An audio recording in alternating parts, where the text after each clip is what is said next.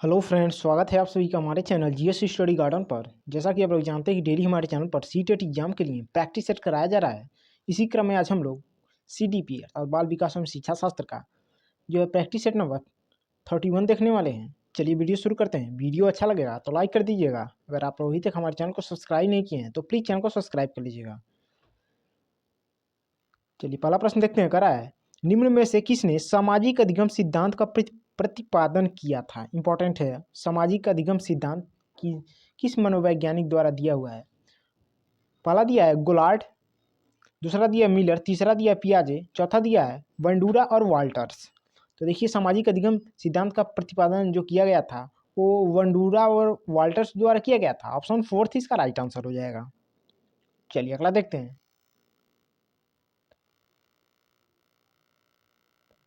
देखिए कह रहा है, विकास के संबंध में निम्नलिखित में से कौन सा कथन सत्य नहीं है। नहीं है पे विशेष ध्यान देना है।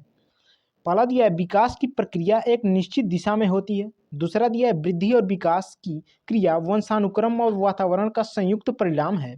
तीसरा दिया है किसी बच्चे में बुद्धि और विकास की गति को ध्यान में रखकर उसके आगे बढ़ने की दिशा और भविष्यवाणी नहीं की जा सकती है। चौथा दिया है विकास हमेशा सामान्य से विशेष की ओर चलता है। तो देखिए विकास के संबंध में कौन कह रहा है, कौन सा कथन सत्य नहीं है, तो वह है किसी बच्चे में वृद्धि और विकास की गति को ध्यान में रखकर उसके आगे बढ़ने की दिशा और भविष्यवाणी नहीं की जा सकती है। ऑप्शन 3 इसका राइट आंसर हो जाएगा।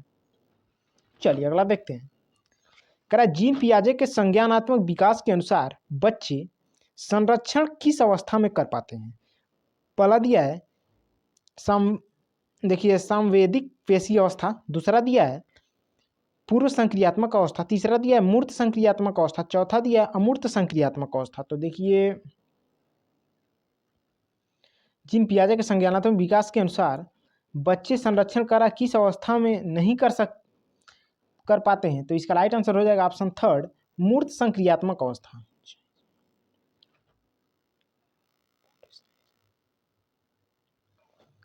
चौथा करा है प्रतिद्वंदात्मक सामाजिकरण की अवस्था कहा जाता है। पहला दिया है शैशवावस्था को, दूसरा दिया है बाल्यावस्था को, तीसरा दिया है किशोरावस्था को, चौथा दिया है पौढ़ावस्था को। तो देखिए प्रतिद्वंदात्मक सामाजिकरण की अवस्था जो है बाल्यावस्था को कहा जाता है। ऑप्शन 2 इसका राइट आंसर हो जाएगा। चलिए अगला देखते हैं। कह रहा है भाषा अर्जन के संबंध में निम्नलिखित में से कौन सा चरण संवेदनशील है। पहला दिया है जन्म पूर्व अवस्था, दूसरा दिया है प्रारंभिक बाल्यावस्था, तीसरा दिया है किशोरावस्था, चौथा दिया है वयस्क अवस्था। तो इसमें से जो भाषा अर्जन के संदर्भ में सबसे संवेदनशील चरण जो होता है वह है प्रारंभिक बाल्यावस्था का चरण। ऑप्शन 2 इसका राइट आंसर हो जाएगा। चलिए अगला देखते हैं। कह रहा है पियाजे के अनुसार कोई बच्चा किसी अवस्था में अपने परिवेश की वस्तुओं को पहचानने एवं उनमें विभेद करने लगता है। पहला दिया है इंद्रजनित गामक अवस्था, दूसरा दिया है पूर्व संक्रियात्मक अवस्था, तीसरा दिया है मूर्त संक्रियात्मक अवस्था, चौथा दिया अमूर्त संक्रियात्मक अवस्था। तो देखिए इसका राइट आंसर हो जाएगा ऑप्शन 2 पूर्व संक्रियात्मक अवस्था।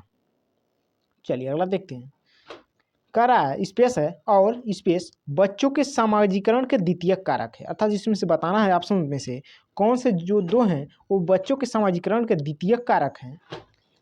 पहला दिया है परिवार आस पड़ोस, दूसरा दिया है धर्म अभिभावक, तीसरा दिया है स्कूल धर्म, चौथा दिया है परिवार स्कूल। तो देखिए परिवार जिसमें है वो तो प्राथमिक कारक होता है। तो देखिए पहला नहीं होगा क्योंकि इसमें परिवार है, और चौथा भी नहीं होगा, इसमें भी परिवार है। तो देखिए इसका राइट आंसर हो जाएगा ऑप्शन 3 स्कूल और धर्म। अभिभावक में भी देखिए परिवार आ जाएगा तो ये भी नहीं होगा। ऑप्शन 3 इसका राइट आंसर हो जाएगा। चलिए अगला देखते हैं। कह रहा है वर्तमान समय में बाल केंद्रित शिक्षा पर जोर दिया जाता है। निम्नलिखित में से कौन सी बाल केंद्रित शिक्षा की विशेषता नहीं है।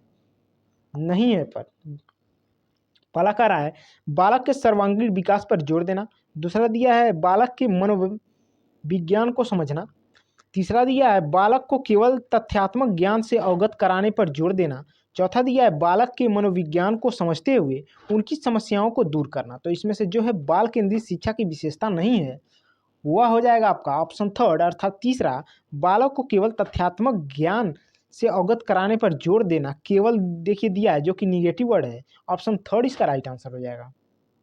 चलिए अगला देखते हैं। कह रहा एक बालक जिसकी आयु 15 वर्ष है, यदि उसकी मानसिक आयु 18 वर्ष हो तो उसकी बुद्धि लब्धि होगी। तो देखिए बुद्धि लब्धि के फार्मूले में इसको अगर आप लोग सॉल्व करेंगे तो इसका राइट आंसर आएगा ऑप्शन थर्ड अर्थात तीसरा 120। चलिए अगला देखते हैं। कह रहा निम्नलिखित में से किस कथन में बुद्धि एवं बुद्धि परीक्षण के महत्व का पता चलता है। पहला दिया है व्यावसायिक मार्गदर्शन में बुद्धि परीक्षण की भूमिका अहम होती है। दूसरा दिया है बुद्धि परीक्षणों द्वारा प्रत्येक छात्र की सही उन्नति के मार्ग को प्रशस्त किया जाता है। तीसरा दिया है अनुसंधान के विभिन्न घटकों का चयन करना होता है, तो बुद्धि भी एक आधार होती है ताकि कम से कम त्रुटि हो। चौथा कह रहा है उपरोक्त सभी कथनों से बुद्धि परीक्षण के महत्व का जो है पता चलता है। तो इसका राइट आंसर हो जाएगा देखिए ऑप्शन फोर्थ, उपरोक्त सभी कथनों से बुद्धि परीक्षण के महत्व का पता चल रहा है। चलिए अगला देखते हैं। कह रहा अधिगम असहायता लाचारी तब महसूस होती है जब एक विद्यार्थी यह मानता है कि पहला दिया है क्षमता में सुधार हो सकता है और उसका ध्यान महारत के लक्ष्यों पर केंद्रित होता है। दूसरा दिया है प्रयास क्षमता को प्रभावित करते हैं और उसका ध्यान प्रदर्शन लक्ष्यों पर केंद्रित होता है। तीसरा दिया है शैक्षणिक गतिविधियों के परिणाम नियंत्रणीय हैं। चौथा दिया है शैक्षणिक गतिविधियों के परिणाम अनियंत्रित होते हैं। तो देखिए इसका जो राइट आंसर हो जाएगा ऑप्शन फोर्थ हो जाएगा, शैक्षणिक गतिविधियों के परिणाम अनियंत्रित होते हैं। चलिए अगला देखते हैं। करा निम्नलिखित सीखने के सिद्धांत में से कौन से सिद्धांत का प्रतिपादन थॉर्नडाइक द्वारा प्रतिपादित नहीं है। पहला दिया है तत्परता का सिद्धांत, दूसरा दिया है प्रभाव का सिद्धांत, तीसरा दिया है अभ्यास का सिद्धांत, चौथा दिया है सीखने का प्रबलन सिद्धांत। तो इसमें से कह रहा कौन सा थॉर्नडाइक द्वारा प्रतिपादित सिद्धांत नहीं है, तो हो जाएगा ऑप्शन फोर्थ सीखने का प्रबलन सिद्धांत। चलिए अगला देखते हैं। कह रहा निम्नलिखित कथनों में से कौन सा कथन सत्य है। पहला दिया स्त्रियों का हस्तलेख पुरुषों की अपेक्षा अच्छा होता है। दूसरा दिया है पुरुष सुझावों के प्रति अति संवेदनशील होते हैं। तीसरा दिया स्त्रियों में गणित तथा तर्क की योग्यता पुरुषों की अपेक्षा अधिक होती है।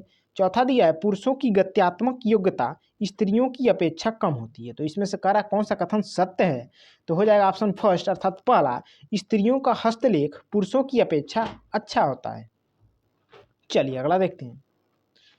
कह रहा है शिक्षण अधिगम प्रक्रिया की अवधारणा करते समय राष्ट्रीय पाठ्यचर्या की रूपरेखा 2005 निम्न में से किसके महत्व पर बल देती है।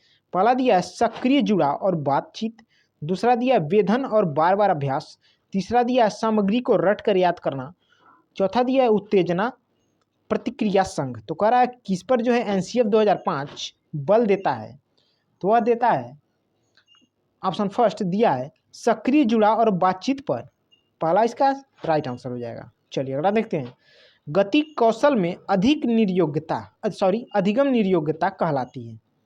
तो देखिए गति कौशल में अधिगम निर्योग्यता जो कहा जाता है और डिस्प्रैक्सिया को कहा जाता है। ऑप्शन सेकंड इसका राइट आंसर हो जाएगा। अगला देखते हैं। शिक्षार्थी की उपलब्धि के मूल्यांकन के लिए सबसे बेहतर तरीका क्या हो सकता है। पहला दिया है प्राप्तांकों के आधार पर श्रेणी प्रदान करना, दूसरा दिया है ग्रेडिंग पद्धति का प्रयोग, तीसरा दिया है तुलनात्मक मूल्यांकन, चौथा दिया है उपरोक्त सभी। तो इसमें इसका जो राइट आंसर हो जाएगा ऑप्शन सेकेंड ग्रेडिंग पद्धति का प्रयोग। चलिए अगला देखते हैं। करा अनुकरण एवं दोहराने की तीव्र प्रवृत्ति निम्न में से किस अवस्था की ओर संकेत करती है। पहला दिया है शैशवावस्था, दूसरा दिया है बाल्यावस्था, तीसरा दिया है किशोरावस्था, चौथा दिया है वृद्धावस्था।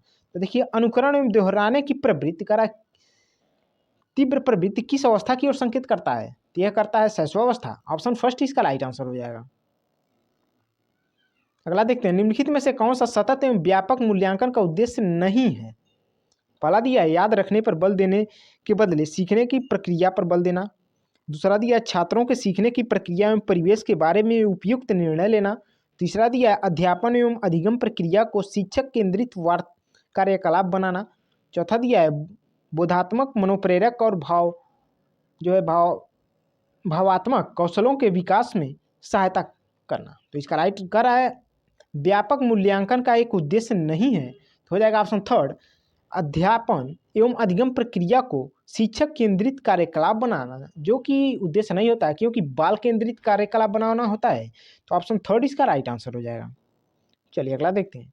करा है 4 से 5 साल की उम्र के बच्चे अक्सर अपने आप से बातचीत करते हैं। लेव वाइगोत्स्की के अनुसार यह वाक्य क्या है?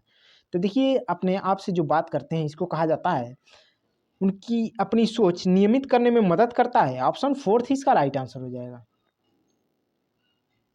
चलिए अगला देखते हैं। करा आप अपनी कक्षा में अधिगम को सरल बनाने के लिए दृश्य सामग्री का प्रयोग करते हैं। ऐसी स्थिति में कक्षा के किन छात्रों को सबसे कम लाभ होगा? पहला दिया है जो पढ़ने में सामान्य स्तर के हैं, दूसरा दिया है जो पढ़ने में उच्च स्तर के हैं, तीसरा दिया है जो पढ़ने में निम्न स्तर के हैं, चौथा दिया है जो आंखों से अधिक देख पाते हैं।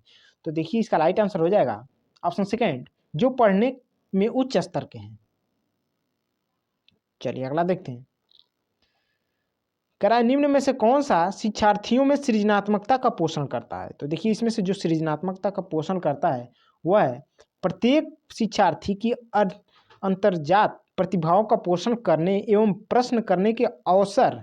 देखिए अवसर विद्यार्थियों को उपलब्ध कराना। वो ऑप्शन जो होता है पॉजिटिव होता है, अक्सर वह ऑप्शन सही होता है। तो ऑप्शन सेकंड इसका राइट आंसर हो जाएगा। चलिए प्रैक्टिस सेट का लास्ट क्वेश्चन है। आप लोगों को वीडियो अच्छा लगा हो तो लाइक कर दीजिएगा। अगर आप लोग अभी तक हमारे चैनल को सब्सक्राइब नहीं किए हैं तो प्लीज़ चैनल को सब्सक्राइब कर लीजिएगा। करा राष्ट्रीय शिक्षा नीति 2020 में छात्रों की प्रगति के मूल्यांकन के लिए मानक निर्धारक निकाय के रूप में नामक नए राष्ट्रीय आकलन केंद्र की स्थापना किए जाने का प्रावधान किया गया है। पहला दिया है उड़ान, दूसरा दिया है परख, तीसरा दिया है पंख, चौथा दिया है प्रगति। तो इसका राइट आंसर हो जाएगा ऑप्शन सेकेंड परख। वीडियो देखने के लिए आप लोगों का बहुत बहुत धन्यवाद।